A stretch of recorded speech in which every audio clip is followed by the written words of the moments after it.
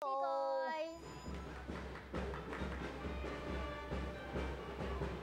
Happy Chinese New Year mga kapuso ko'y! Yes! Kung si Pachay! Sinyin ko ala Katie, sinyin ko ala mga kapuso kag Happy Year of the Metal Rabbit. Correct! Kag live naton nga gina-welcome subong ang Chinese New Year diri sa Sun Yat-sen High School. Yes, Katie, kag research ako about Chinese. Ang rabbit kano lucky sign isa.